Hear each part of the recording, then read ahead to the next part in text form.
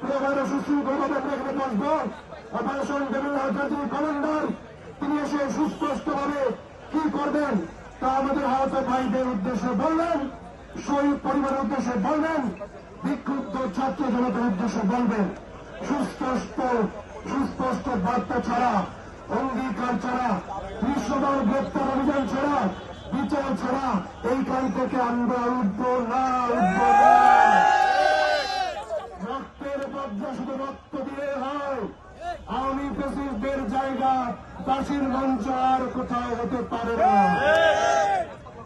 আমরা এখনই এই রাস্তা ব্লক করে দেব এবং অপারেশন কমান্ডার সুস্পষ্ট অর্ডার না করা পর্যন্ত আমাদের অবস্থান কর্মসূচি চলবে।